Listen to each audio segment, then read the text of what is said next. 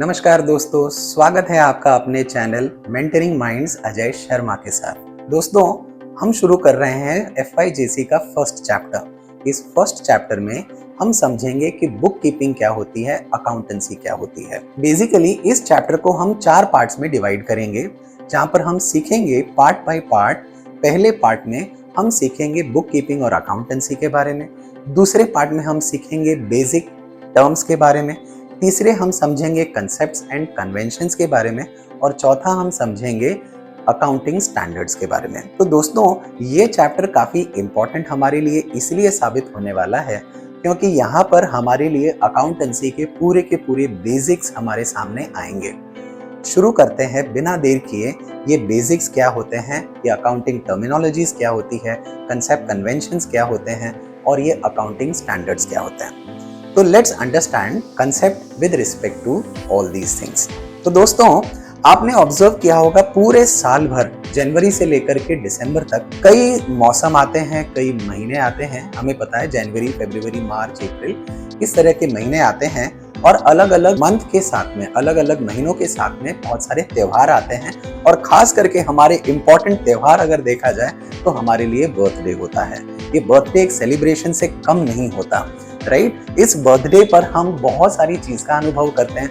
हम हमारे दोस्तों को बुलाते हैं, एक पार्टी ऑर्गेनाइज करते हैं जहां पर हम बहुत सुंदर तरीके से अपने घर को या फिर जो भी हमारा वेन्यू है जहां पर हम ये बर्थडे पार्टी अरेंज करने वाले हैं, वहां पर हम इस वेन्यू को काफी अच्छे से सुंदर सजाते हैं। और सजाने के बाद स्वाभाविक है हम बर्थडे केक काटते हैं। बर्थडे केक काटने के साथ साथ हम दोस्तों को इनवाइट करते हैं, बुलाते हैं, अपने रिश्तेदारों को बुलाते हैं, और हम अपने इस बर्थडे को सेलिब्रेट करते हैं, है ना। तो कितना अच्छा लगता है हमें ये बर्थडे सेलिब्रेट करना।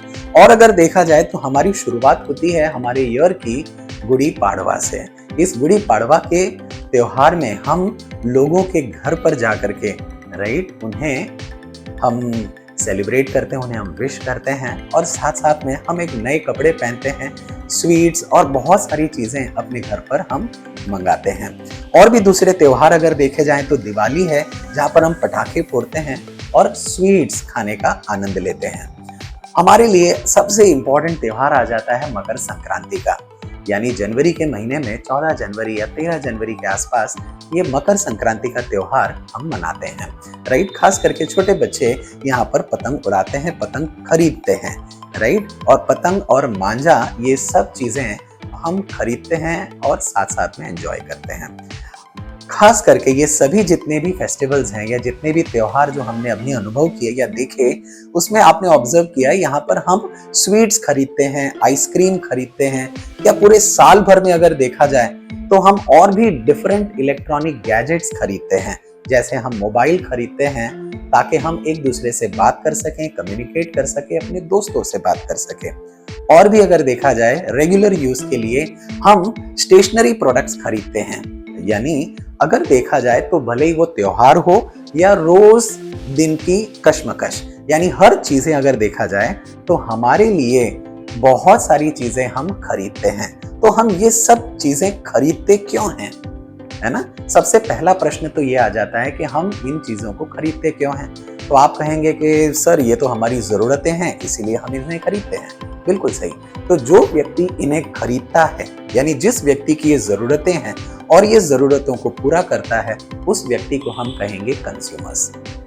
तो दोस्तों, कंज्यूमर्स आप, हम, हमारे माँ बाप, हमारे रिलेटिव्स, हमारे फ्रेंड्स, इनफैक्ट हमारे सभी आसपास के लोग देखे जाएं तो कंज्यूमर्स हैं। सो कंज्यूमर कौन होते हैं? बेसिकली कंज्यूमर वो व्यक्ति होता है, person who uses goods or services for personal use। अपने खुद के यूज के लिए जो यूज करने के लिए प्रोडक्ट खरीदता है उसे हम कंज्यूमर कहते हैं, ठीक है। तो कंज्यूमर तो हमें समझ में आ गया कि ये वो व्यक्ति है जो प्रोडक्ट खरीदता है। तो ये प्रोडक्ट हमें मिलते कहाँ पर हैं? आप कहेंगे ये मिलने के लिए तो हमें दुकान से मिलता है, यानी हम दुकान पर जाते हैं, शॉप पर जाते हैं और वहां पर हम ये चीजें खरीदते हैं। बिल्कुल सही। तो ये शॉप पर खरीदने के लिए जब हम पहुंचते हैं वहां पर, तो क्या हमें कोई ऐसा व्यक्ति मिलता है जो ये प्रोडक्ट बेच रहा हो? बिल्कुल सही। आप पाएंगे कि वहां पर आपको ऐसा एक व्यक्ति मिलता है जो उस प्रोडक्ट को बेचता है, राइट। वो व्यक्ति जो इन प्रोडक्ट को बेचता है उन्हें कहते हैं ट्रेडर। यानी प्रोपराइटर यानी बिजनेसमैन। ये वो व्यक्ति होता है जो लोगों की जरूरतों को पूरा करने के लिए, लोगों की जरूरतों को सेटिस्फाई करने के लिए मार्केट में प्रोडक्ट ले आता है। अब अगर ये प्रोडक्ट मार्केट में ना हो तो हम एज अ कंज्यूमर अपनी जरूरतों को सेटिस्फाई नहीं कर पाएंगे। हमने दो चीजें, दो इंपॉर्टेंट टर्म समझी। एक कंज्यूमर वो व्यक्ति है जो खरीदता है और दूसरा वो व्यक्ति है ट्रेडर जो बेचता है। अब ट्रेडर ये बेचता है, उसका पर्पस क्या है? क्या कंज्यूमर को सेटिस्फाई करना ये उसका पर्पस है या कोई और दूसरा पर्पस होता होगा? आप पाएंगे कि बिजनेसमैन के लिए दो इंपॉर्टेंट पर्पस होते हैं। सबसे पहला पर्पस तो yes, to satisfy the needs of people, क्योंकि लोगों की अगर जरूरतें पूरी नहीं होंगी तो कोई प्रोडक्ट खरीदेगा ही क्यों। और दूसरा सबसे इंपॉर्टेंट जो उसके लिए मायने रखता है वो है उसका प्रॉफिट, यानी उस प्रॉफिट के जरिए वो बिजनेसमैन अपने घर के खर्चे, अपने ऑफिस के खर्चे, जैसे उदाहरण के तौर पर सैलरी चुकाना, इलेक्ट्रिसिटी बिल पे करना, रेंट पे करना और भी बहुत सारी तमाम चीजें वो पे कर पाएगा जब वो प्रॉफिट अर्न करेगा। तो हमने समझा कि ट्रेडर का बेसिक पर्पस क्या होता है। थोड़ा आगे बढ़ते हैं कंसेप्ट को लेकर के। आप पाएंगे बचपन से लेकर के अब तक, राइट, हमारे माँ बाप ने या हमारे पेरेंट्स ने हमें पैसे दिए और पैसे दे करके कहा कि जा बेटा, जा करके कुछ सामान लेकर के आ। और बचपन से ही हमें ये चीज पता चल गई कि कोई भी वस्तु अगर हमें हासिल करनी हो तो बिना कुछ दिए हम पा नहीं सकते। यहाँ पर हमें आइसक्रीम अगर पानी है तो उसके लिए हमें कुछ न कुछ वैल्यू चुकानी पड़ेगी, कुछ न कुछ मूल्य चुकाना होगा। बिना मूल्य चुकाए हम वो चीज प्राप्त नहीं कर पाएंगे। आगे बढ़ते हैं। तो बचपन से लेकर के आज तक, अब तक और इनफैक्ट आगे भी आगे आने वाले समय में हम ये पाएंगे कि हम इस तरह से मार्केट में जाएंगे और जा करके प्रोडक्ट खरीदेंगे। एज अ बिजनेसमैन इसी तरह से कस्टमर्स हमारी दुकान में आएंगे और हमसे वो प्रोडक्ट जरूर खरीदेंगे। चलिए कोशिश करते हैं हम और अच्छी चीजों से और अच्छे एग्जाम्पल से समझना कि बुक कीपिंग और अकाउंटेंसी में होता क्या है। यहाँ पर तरुण करके एक व्यक्ति है और उसके पास 1000 रुपए हैं। उस 1000 रुपए उसने खर्च किए 4 चीजों में। उसने कैप खरीदी, शूज खरीदे, बैग और नोटबुक खरीदी। अब ये कह रहे हैं कि आप इस डेटा को, ये जो डेटा है, जो पैसे के लेन देन की बात हो रही है, इस पैसे के लेन देन के डेटा को प्रेजेंट करके बताइए। ठीक है, तो देखते हैं हम किस तरह से इसको प्रेजेंट कर सकते हैं। ये पहला तरीका जहां पर हम इस तरह से प्रेजेंट कर सकते हैं कि यस, हमने ये सब चीजें खरीदी। I have spent 200 rupees for purchasing cap या for certain rupees on purchasing shoes. ठीक है, ये एक तरीका है। और दूसरा तरीका कुछ इस तरह का होगा जहां पर हम 2 कॉलम्स का इस्तेमाल करेंगे और इंपॉर्टेंट आइटम्स लिख करके, अमाउंट सामने लिख करके टोटल कर लेंगे। आपके हिसाब से कौन सा तरीका बेहतर होगा? पहला वाला जहां पर सिर्फ इस तरह से वर्डिंग लिखी गई है, या सेकंड वाला? आप पाएंगे कि सेकंड वाले डेटा में, यानी सेकंड वाले प्रेजेंटेशन में काफी अच्छे तरीके से हमने इस अकाउंटिंग इंफॉर्मेशन को प्रेजेंट किया है। अकाउंटिंग इंफॉर्मेशन यानी ये वो इंफॉर्मेशन है जहां पर हमने लेन देन का व्यवहार किया है, लेन देन के ट्रांजैक्शंस किए हैं। तो यहाँ पर तरुण ने ये 4 चीजें खरीदी इतने रुपए में, और इतनी क्लैरिटी के साथ में क्लियरली हमें पता चल रहा है कि उसने कहाँ कितने रुपए खर्च किए। राइट, तो आप पाएंगे कि जब हम बात करते हैं प्रेजेंटेशन की, जब हम बात करते हैं पैसों की, यानी हमारे बिजनेस में जब पैसा इन्वॉल्व होता है, हमारे लाइफ में जब ये पैसा इन्वॉल्व होता है, और जब हमें जरूरत पड़ती है किसी को बताने की, इन्फॉर्म करने की, तो हम एक प्रेजेंटेशन का सहारा लेते हैं। और उस प्रेजेंटेशन में हम बखूबी कोशिश करते हैं कि कम से कम डेटा के जरिए, यानी कम से कम राइटिंग के जरिए हम ज्यादा से ज्यादा इंफॉर्मेशन दे सके। सो हेंस आप पाएंगे कि बुक कीपिंग और अकाउंटेंसी ये 2 चीजों के आसपास घूमती है, यानी पैसे और प्रेजेंटेशन। P फॉर पैसा एंड P फॉर प्रेजेंटेशन, ये दोनों चीजें अकाउंटेंसी और बुक कीपिंग के आसपास इर्द गिर्द पाएंगे। नाउ देखते हैं, अब तक हमने समझा कि कंज्यूमर कौन होता है और बिजनेसमैन कौन होता है। अब कंज्यूमर वो व्यक्ति है जो कंज्यूम करता है, राइट, और बिजनेसमैन वो है जो बेचता है। तो अब हम आइडेंटिफाई करने की कोशिश करेंगे यहाँ पर बिजनेस ट्रांजैक्शंस कौन से हैं। So let's see business transaction. सबसे पहले यहाँ पर the question comes, paid school fees of ₹24,000, यानी 24,000 रुपए स्कूल के फीस दिए गए। अब स्कूल फीस, क्या ये बिजनेस ट्रांजैक्शन होगा हमारे लिए या फिर पर्सनल ट्रांजैक्शन? आप पाएंगे स्कूल तो कोई बिजनेसमैन, बेसिकली देखा जाए तो बिजनेस एक्टिविटी में कोई इस तरह से स्कूल फीस पे नहीं करता, तो ये तो पर्सनल ट्रांजैक्शन हुआ, राइट? दूसरा देखते हैं, हमने हाउस रेंट पे किया। अब हाउस रेंट पे करना यानी घर का रेंट पे करना। घर में तो लोग रहते हैं, इनफैक्ट बिजनेसमैन भी रहता है, लेकिन हम ये समझने की कोशिश कर रहे हैं कि बिजनेस ट्रांजैक्शन और पर्सनल ट्रांजैक्शंस क्या होते हैं। यहाँ पर ये पाएंगे हाउस रेंट पे करना एक पर्सनल ट्रांजैक्शन होगा, which is not a business one. ठीक है, आगे बढ़ते हैं। यहाँ पर है पेड टू मिल्कमैन 3,400, 3,400 रुपए हमने दूध वाले को पे किया है, राइट? ऑब्वियसली ये घर पर दूध लाने के लिए हमने पेमेंट किया है, ठीक है? तो ये भी एक तरह से देखा जाए तो हमारा पर्सनल एक्सपेंस होगा, यानी it's not a business transaction. अब अगर यहाँ पर देखें तो कैशियर है, कंसल्टिंग ऑफिसर है, राइट, करेंसी एक्सचेंज मैनेजर है, और यहाँ पर आप पाएंगे कि हमने सैलरी पे करी है टू ऑफिस स्टाफ। यानी ऑफिस स्टाफ को सैलरी पे करना ये एक तरह का ऐसा लेन देन, पैसे का व्यवहार है जहां पर जो भी व्यक्ति है वो कोई हमारे सगे रिलेटिव नहीं है, लेकिन ये वो व्यक्ति हैं जिनसे हम पैसे दे करके काम करते हैं, राइट? तो ऐसे ट्रांजैक्शन को यस बिजनेस ट्रांजैक्शन कहेंगे। और अगर हम देखें तो ऑफिस रेंट पे करना, बिल्कुल सही, ये तो एक बिजनेस ट्रांजैक्शन है। तो आप पाएंगे कि ये सभी ट्रांजैक्शंस के अंदर पर्सनल ट्रांजैक्शंस कौन से होते हैं और बिजनेस ट्रांजैक्शंस कौन से होते हैं। हम समझ गए कि पर्सनल ट्रांजैक्शन हमारे पर्सनल लाइफ से जुड़े होते हैं, व्हाइल बिजनेस ट्रांजैक्शन हमारे बिजनेस से जुड़े होते हैं। हमें बुक कीपिंग और अकाउंटेंसी में बिजनेस ट्रांजैक्शंस पर फोकस करना है रादर देन पर्सनल ट्रांजैक्शन पर। तो हम समझ गए कि जितने भी ट्रांजैक्शंस हमारे जीवन में होंगे, हमारे लाइफ में होंगे, उसे हम दो पार्ट में आसानी से डिवाइड कर सकते हैं, एक पर्सनल ट्रांजैक्शन और एक बिजनेस ट्रांजैक्शन। अब से हम फोकस करेंगे बिजनेस ट्रांजैक्शंस पर। आगे बढ़ते हैं। बिजनेस में अगर हम पाएंगे कि बिजनेस में एक फैक्ट्री होती है, एक ऐसी स्पेशल यूनिट होती है जहां पर प्रोडक्शंस होते हैं, जहां पर बहुत से लोग आते हैं और आकर के काम करते हैं। अब अलग अलग तरह के काम होंगे, जिसमें प्रोडक्शन से रिलेटेड काम होगा या फिर बिजनेस मैनेजमेंट से रिलेटेड काम होगा। अब बिजनेस मैनेजमेंट यानी जहां पर जो प्रोडक्ट्स हैं, प्रोडक्ट जो बन गए, बनने के बाद उन्हें मार्केट में बेचना, यानी मार्केटिंग का काम। ये मार्केटिंग का काम भी तो बिजनेस का ही काम है। तो देखते हैं क्या क्या बिजनेस के अंदर ट्रांजैक्शंस होते हैं।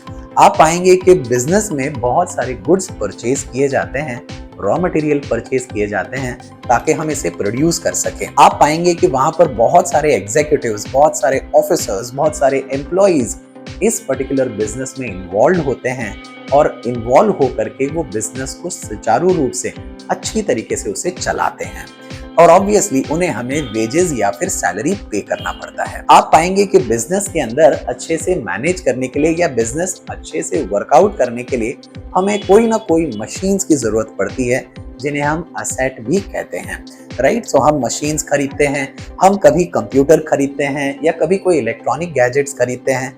ऐसे गैजेट्स खरीदते हैं जिस वजह से बिजनेस की एफिशिएंसी बढ़ती जाए, यानी बिजनेस की एफिशिएंसी को बढ़ाने के लिए हम नए नए तरीके के उपकरण या नए नए तरीके के असेट्स, नए नए तरीके की मशीन्स हम खरीदते हैं ताकि हमारे बिजनेस और ज्यादा एक्सपांड हो और ज्यादा आगे बढ़े। अपने प्रोडक्ट को बेचने के लिए हम एडवर्टाइजिंग का सहारा लेते हैं, हम मार्केटिंग का सहारा लेते हैं। कभी ये पेपर के फॉर्म में होती है, यानी देखा जाए तो न्यूज़पेपर में हम ये छपवाते हैं, या फिर हम इसे टेलीविजन एडवर्टीजमेंट के रूप में देते हैं, या OOH जिसे हम आउटडोर हाउसिंग मतलब आउटडोर एडवर्टाइजिंग जिसे हम कहते हैं, जैसे बड़े बड़े बैनर पर, राइट, एडवर्टाइज करवाना, ताकि हम अपने कस्टमर्स को अट्रैक्ट कर सकें और उन्हें अपने पास ला सकें ताकि वो प्रोडक्ट खरीदें, राइट? तो इस तरह के खर्चे अगर देखा जाए तो बिजनेस में किए जाते हैं। और भी बहुत तरह के खर्चे होते हैं, लेकिन हमने अब तक समझा कि बिजनेसमैन वो व्यक्ति होता है जो इस तरह के ट्रांजैक्शंस, यानी कौन से ट्रांजैक्शन? बिजनेस ट्रांजैक्शंस, जहां पर वो बहुत सारे प्रोडक्ट खरीदता है, बहुत सारे मटेरियल्स खरीदता है और उन्हें प्रोसेस करके या फिर वो उन्हें अच्छे से पैक करके या मार्केटिंग के जरिए वो उन्हें कस्टमर्स तक बेचता है। पर्पस उसका बेसिकली दो इंपॉर्टेंट पर्पस है। एक तो कस्टमर की यानी जो भी लोगों की जरूरतें हैं वो पूरी करना, और इन जरूरतों को पूरी करने के बाद उसके साथ साथ उसे प्रॉफिट मिलना, ताकि वो अपनी जरूरतें भी पूरी कर पाए, अपने बिजनेस की जरूरतें पूरी कर पाए। ठीक है, तो ये तो हो गए बिजनेस ट्रांजैक्शंस। अब अगर देखा जाए तो हमारे बिजनेस में बहुत सारे ट्रांजैक्शंस होंगे। मान लेते हैं कि यहाँ पर ये एक बिजनेसमैन है, ये ट्रेडर है, राइट, तरुण ही नाम ले लेते हैं, और तरुण के सामने ये दिक्कत है या रतन के सामने ये दिक्कत है कि रतन ने बिजनेस स्टार्ट किया 10 लाख रुपए इन्वेस्ट करके, राइट। उसने 6 लाख रुपए के गुड्स खरीदे, उसने 40,000 का एक कंप्यूटर खरीदा, उसने कुछ गुड्स बेच दिए 5 लाख रुपए 50,000 में, और during the end of the month यानी मंथ एंड में उसने सैलरी पे करी, इलेक्ट्रिसिटी बिल और शॉप रेंट पे किया। अब ये इतने ट्रांजैक्शंस इसके साथ हुए हैं थ्रू आउट द ईयर, मान लीजिए, या through out the month. Simple words में थ्रू आउट द मंथ उसके ये सभी ट्रांजैक्शन हुए हैं। अब आप देख करके बताइए कि उसके कितना कैश अभी उसके पास अवेलेबल होगा। तो मुझे पता है कि आप तुरंत ही कैलकुलेटर उठाएंगे, और कैलकुलेटर उठाने के बाद आप कैलकुलेट करना शुरू करेंगे, है ना। ये कैलकुलेशन तो 1 महीने का होगा।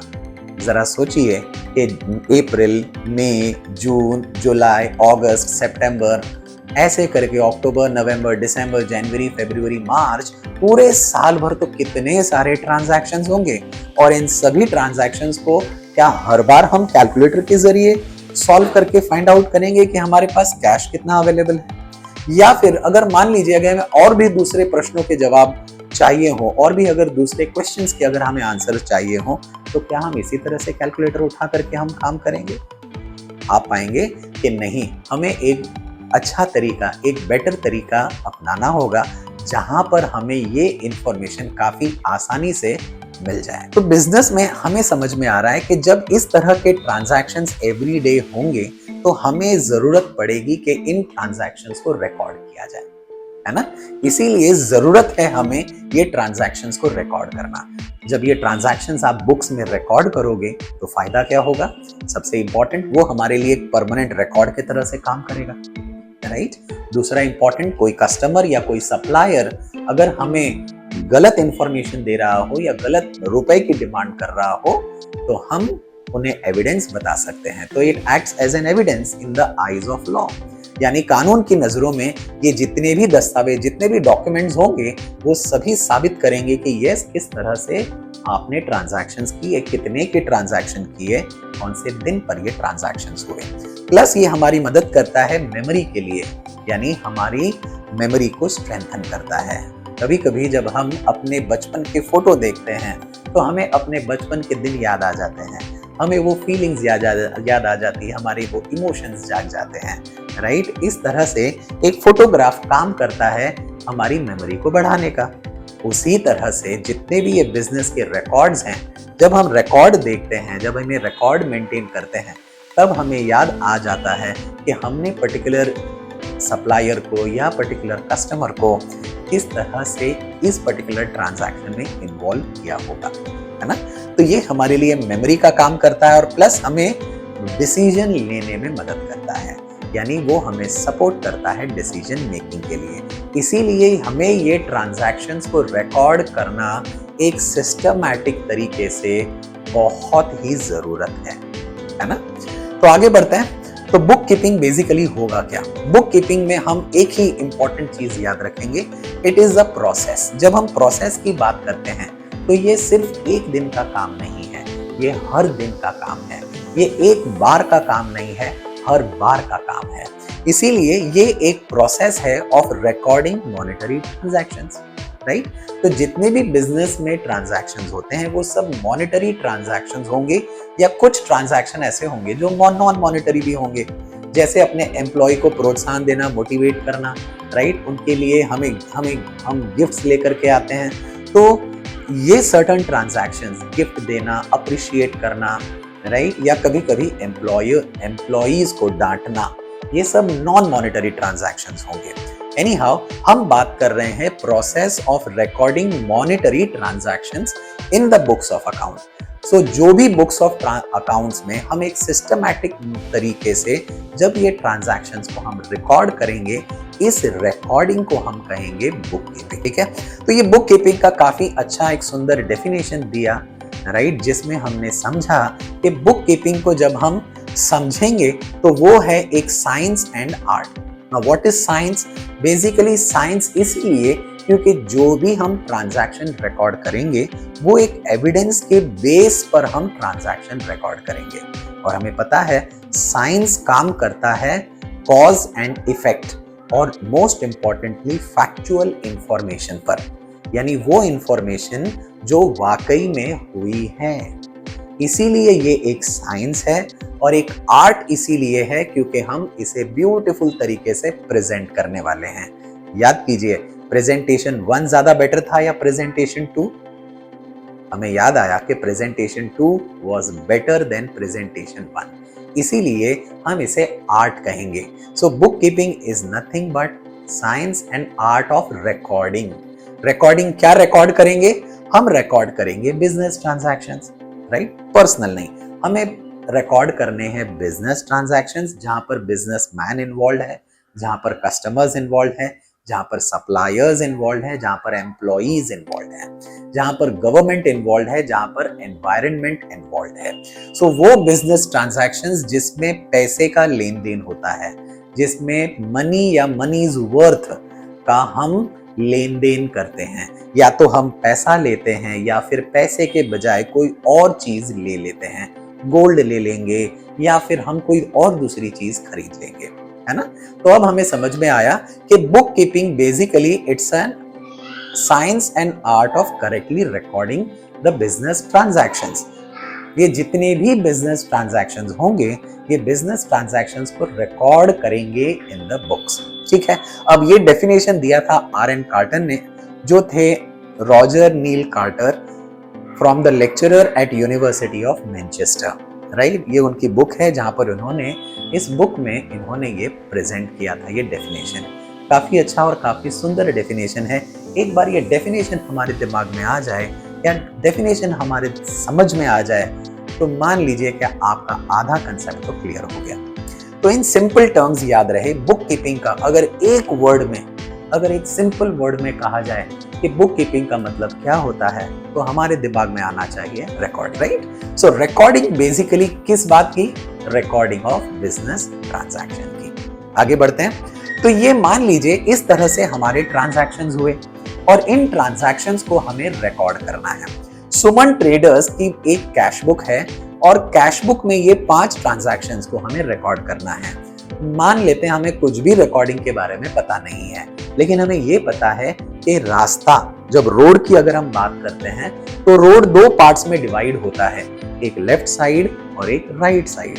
लेफ्ट साइड में जब हम अपनी गाड़ी चलाते हैं तो लेफ्ट साइड पर रखते हैं जिस डायरेक्शन में भी हमें जाना हो। तो इस तरह से हम आसानी से विदाउट एक्सीडेंट, विदाउट डिले, हम जहां पर डेस्टिनेशन पहुंचना है वहां पहुंच जाते हैं। उसी तरह हम यहाँ पर ये काम करेंगे।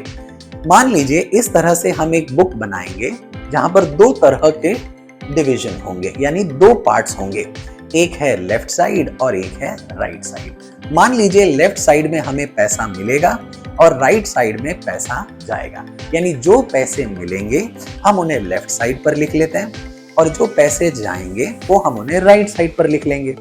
ठीक है, तो लेट्स सी ये ट्रांजैक्शंस को हम कहां पर लिखेंगे? रिसीव्ड 50,000 फ्रॉम रतन। आप पाएंगे कि यहाँ पर तो मुझे पैसे मिले हैं, तो बिल्कुल सही, हम इसे रिकॉर्ड करेंगे लेफ्ट साइड पर। दूसरा ट्रांजैक्शन देखते हैं, पेड ऑफिस रेंट। सर यहाँ पे तो हमने पेमेंट किया है, तो जब हम पे करते हैं हम इसे पेमेंट साइड पर लिख देते हैं, दैट इज राइट साइड पर। तीसरा ट्रांजैक्शन हम देखते हैं, हमने सैलरी पे करी है स्टाफ को, तो ऑब्वियसली सैलरी पेमेंट करी है, पेमेंट साइड पर हम लिख देते हैं कि हमने सैलरी पे करी। चौथा ट्रांजैक्शन, हमें कैश मिला बाय सेल ऑफ गुड्स। जो गुड्स हमने बेचे वो गुड्स बेच करके हमें पैसे मिले हैं, तो जब हमें पैसे मिले तो हम उसे लेफ्ट साइड पर लिख देंगे, राइट। अब लास्ट वाला, paid 30,000 for purchase of machinery. जब हम कोई मशीन खरीदते हैं तो हमें पता है बिना कुछ दिए हम कोई चीज हासिल नहीं कर पाएंगे। सो अब यहाँ पर हमने पे किया है, हम इसे पेमेंट साइड पर लिखेंगे, राइट। तो कितने अच्छे तरीके से हमने बकायदा ट्रांजैक्शंस को रिकॉर्ड किया। तो जब हम रिकॉर्डिंग करते हैं, इस प्रोसेस को हम रेगुलरली फॉलो करते हैं। सर कौन सा प्रोसेस? कि हमारे पास रुपए आ रहे हैं या रुपए जा रहे हैं। आएंगे तो हम लेफ्ट साइड पर लिखते हैं, जाएंगे तो हम राइट साइड पर लिखेंगे, राइट। अब देखते हैं थोड़ा आगे कि हमने कितने रुपए पाए और कितने रुपए गवाए। हमने पाए 1,20,000 रुपए, और अगर हम इन सब का टोटल करें तो हम पाएंगे कि हमने 80,000 रुपए गवाए। हमने पाए 1,20,000, गवाए 80,000। अब सोच करके बताइए हमने कितने रुपए बचाए। आप पाएंगे 1,20,000 रुपए में से अगर हम 80,000 रुपए निकाल दें तो हमें 40,000 रुपए मिलते हैं, जो हमें 40,000 रुपीज बैलेंस बताता है, राइट। तो हमने कमाए 1,20,000, हमने गवाए 80,000 और हमने बचाए 40,000। ठीक है। इतने आसान, इतने सिंपल वे में जो हमने प्रेजेंटेशन 2 में किया था, सेम वही प्रेजेंटेशन 2 का सहारा लेकर के 2 कॉलम्स हमने बनाए। पैसे आएंगे हम लिखेंगे लेफ्ट साइड, पैसे जाएंगे हम राइट साइड पर लिखेंगे, है ना। तो कितने आसान तरीके से हमने समझ लिया। याद रहे, जब हम बुक कीपिंग की बात करते हैं तो हमें सिर्फ मॉनेटरी ट्रांजैक्शन लिखना है, हमें इसे लॉजिकल तरीके से लिखना है। यानी जो रूल है उस रूल को फॉलो करते हुए, रूल ऑफ लाइफ को फॉलो करते हुए हमें ये ट्रांजैक्शंस लिखने हैं। That is logical presentation. हमें जो भी ट्रांजैक्शन लिखना है ये स्पेसिफिक पीरियड के लिखना है। ये स्पेसिफिक पीरियड जनरली 1 ईयर होता है, 1 साल, है ना। जैसे हम पढ़ाई करते हैं 1 साल और पास हो जाते हैं, उसी तरह से हम पूरा बिजनेस जो करेंगे वो 1 साल के लिए करेंगे। रिकॉर्डिंग भी हम उस 1 साल में कितना हमने रुपए कमाए, कितने हमने रुपए गवाए, कितने रुपए हमने बचाए, ये तीनों चीजें हम आइडेंटिफाई करेंगे ताकि हमें पता चले कि हमारा प्रॉफिट कितना है, हमारा लॉस कितना है। और ऑब्वियसली ये सभी को, यानी बुक कीपिंग में ट्रांजैक्शंस को रिकॉर्ड करने के लिए हम रूल्स एंड रेगुलेशंस का इस्तेमाल करेंगे। ठीक है, आगे देखते हैं।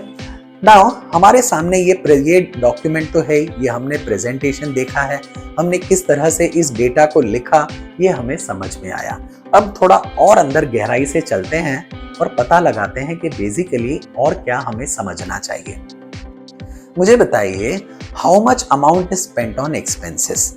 अब अगर हम बात करें स्पेंड की, एक्सपेंसेस की, यानी पेमेंट की, सोच के बताइए कितना पेमेंट हुआ होगा। तो आप पाएंगे हमने ऑफिस रेंट 10,000 पे किया, सैलरी 40,000 और मशीनरी 30,000। इसमें वाकई में देखा जाए तो एक्सपेंसेस कौन से होते हैं। आप पाएंगे कि इसमें रेंट और सैलरी हमारे लिए एक्सपेंस होता है, क्योंकि ये वो रुपए हैं जो एक बार खर्च हुए हमारे पास वापस लौट कर नहीं आएंगे।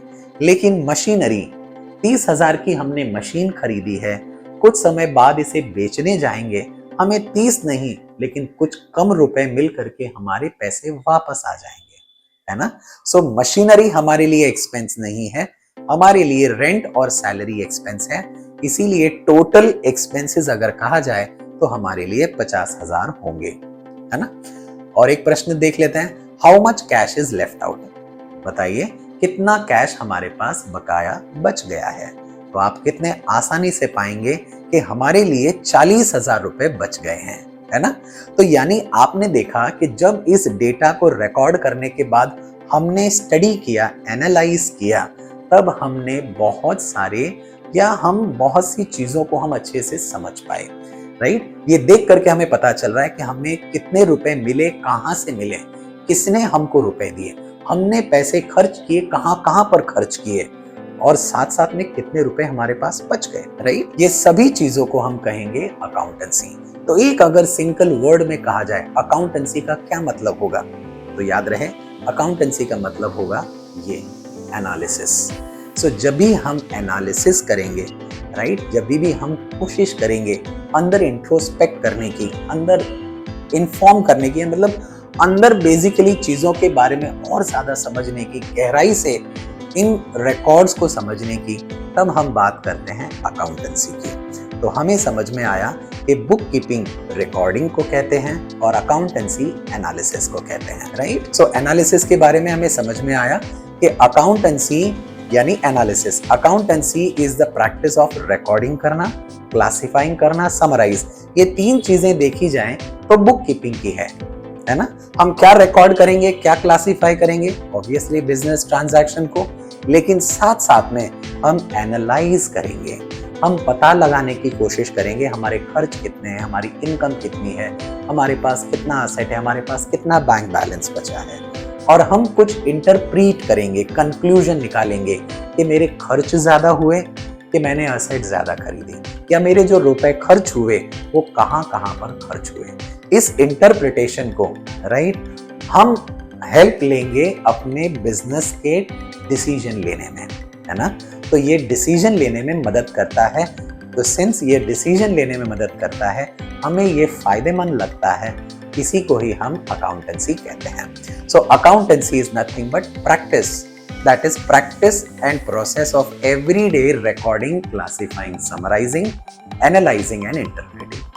ठीक है, तो ये चीज आपको समझ में आई कि बुक कीपिंग और अकाउंटेंसी का बेसिक फर्क क्या होता है। अब ये कुछ एक इंपॉर्टेंट डेफिनेशन दिया गया कॉलर ने, उन्होंने कहा कि accountancy is the entire body of theory and process of accounting. अब ये क्या हुआ, अगर देखा जाए तो हमने जो भी बिजनेस ट्रांजैक्शंस रिकॉर्ड किए वो रिकॉर्ड किए बुक में। अब ये एक दिन नहीं, हमने एवरीडे इस्तेमाल किया, यानी एवरीडे एवरी टाइम जितने भी ट्रांजैक्शंस होते हैं, राइट, वो सब हम रिकॉर्ड करते हैं बुक्स में, यानी बुक्स ऑफ अकाउंट में। और जब बुक्स ऑफ अकाउंट में इन्हें रिकॉर्ड किया जाता है, हम अपने माइंड में एनालाइज करते हैं और एनालाइज करने के बाद उसे सेग्रीगेट कर लेते हैं, है ना। तो book keeping is nothing but recording of transaction. अब रिकॉर्डिंग करने के बाद क्या रिकॉर्डिंग करके छोड़ देना ये हमारे लिए काम का है? नहीं, इससे ज्यादा इंपॉर्टेंट है हमारे लिए एनालिसिस करना, है ना। इसीलिए accountancy is the entire process, entire body of theory and process of accounting. पूरे अकाउंटिंग का प्रोसीजर, पूरे के पूरे रिकॉर्डिंग का प्रोसीजर एक पार्ट है अकाउंटेंसी का। कितना अच्छा और कितना प्यारा डेफिनेशन कहा कॉलर जी ने। Now let's understand about 3 types of accounting. Basically देखा जाए तो 3 तरह की अकाउंटिंग होती है। एक है फाइनेंशियल अकाउंटिंग, एक है मैनेजमेंट और एक है cost accounting. Financial accounting basically financial records को दूसरों को समझाने के लिए, राइट, गवर्नमेंट को या फिर शेयर होल्डर्स या स्टेक होल्डर्स को समझाने के लिए हम इस्तेमाल करते हैं। इन्हें हम फाइनेंशियल ट्रांजैक्शंस, यानी जितने भी फाइनेंशियल ट्रांजैक्शंस होते हैं, ये इस फाइनेंशियल रिकॉर्डिंग में यानी फाइनेंशियल अकाउंटिंग में हम इसको रिकॉर्ड करते हैं। मैनेजमेंट अकाउंटिंग बेसिकली वो अकाउंटिंग होती है जो टॉप लेवल सीईओज या टॉप लेवल मैनेजर्स इसका इस्तेमाल करते हैं। बेसिकली मैनेजमेंट अकाउंटिंग के अंदर कैश फ्लो, कितना बिजनेस में कैश आया, कितना बिजनेस से कैश चला गया, राइट, कहाँ पर डिसीजन लेना है, हमें क्या डिसीजन लेना है, वेदर हमें बिजनेस एक्सपैंड करना है या हमें कितने एम्प्लॉयज चाहिए, कोई अगर हमारे खर्च बढ़ रहे हैं तो हमें एम्प्लॉयज कम करने हैं, या फिर हमें बेसिकली देखा जाए तो हमें एक्सपेंडिचर पर फोकस करना है या रॉ मटेरियल पर फोकस करना है, क्या हमें नए एवेन्यूज ट्राई करने चाहिए। ये सब डिसीजंस लेने के लिए मैनेजमेंट अकाउंटिंग का सहारा लिया जाता है। और तीसरा इंपॉर्टेंट है कॉस्ट अकाउंटिंग।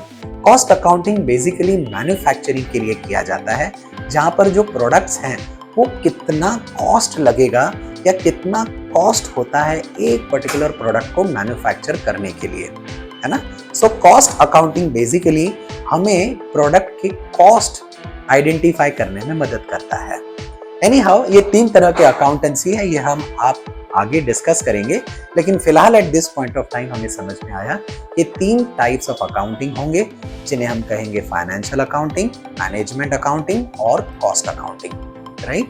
तो ये कुछ बेसिक डिफरेंस है between book keeping and accountancy. आप पढ़ेंगे तो आपको काफी आसानी से समझ में आ जाएगा। In simple terms, bookkeeping is nothing but just recording, while accountancy is nothing but analysis. याद रहे, एनालिसिस के लिए आपको बुक कीपिंग आना चाहिए, किस तरह से रिकॉर्डिंग की जाती है वो आनी चाहिए, क्या रूल्स एंड रेगुलेशंस होते हैं वो हमें समझ में आने चाहिए, और जब तक अगर वो हमें समझ में ना आए तो हम अकाउंटेंसी आगे कर ही नहीं पाएंगे, right? So basically book keeping में हमें चाहिए मैथमेटिकल स्किल्स, वाइल अकाउंटेंसी में हमें चाहिए एनालिटिकल स्किल्स। तो दोस्तों आज हमने समझा कि बुक कीपिंग और अकाउंटेंसी में बेसिक फर्क क्या होता है ना? बुक कीपिंग और अकाउंटेंसी हमारे लिए यानी हमारे बिजनेस ट्रांजैक्शंस को रिकॉर्ड करने के लिए, उन चीजों को समझने के लिए काफी इंपॉर्टेंट है। बुक कीपिंग के लिए मैथमेटिकल स्किल्स चाहिए और अकाउंटेंसी के लिए हमें एनालिटिकल स्किल्स। एनी हाउ जो स्किलफुल होता है, जो समझदार होता है, वो ही बुक कीपिंग और अकाउंटेंसी को अच्छे से समझ पाता है। आप खुद ही काफी समझदार हैं। मैं समझ रहा हूं कि आपको बुक कीपिंग और अकाउंटेंसी में क्या फर्क है ये समझ में आया होगा। दोस्तों अगले सेशन में हम समझेंगे कि बेसिक अकाउंटिंग टर्म्स क्या होते हैं, क्या ऐसे इंपॉर्टेंट टर्म्स हैं जो हम यूज करते हैं बुक कीपिंग एंड अकाउंटेंसी के लिए। यानी बुक कीपिंग और अकाउंटेंसी के इंपॉर्टेंट बेसिक टर्म्स हम सीखेंगे नेक्स्ट सेशन में, राइट? खूब पढ़ते रहिए, खूब आगे बढ़ते रहिए और देखते रहिए mentoring minds with Ajay Sharma. Take care.